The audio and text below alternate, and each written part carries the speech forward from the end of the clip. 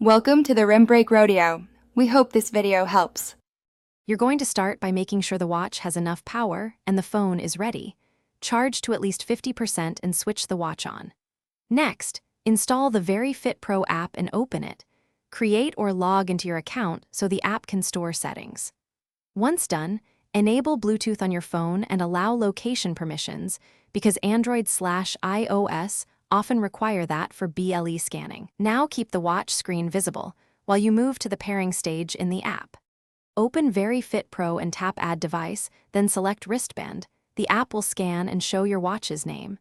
You need to tap that name to initiate pairing, and if a pairing code appears on the watch, confirm it in the app. This verifies you've selected the right device. After pairing, follow prompts to grant notification and background refresh permissions so the watch can receive calls and messages.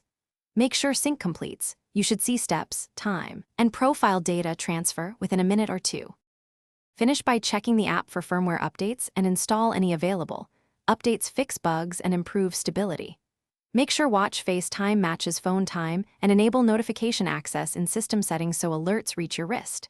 If sync stalls, restart both devices and try pairing again. Sometimes toggling Bluetooth or granting missing permissions resolves the issue.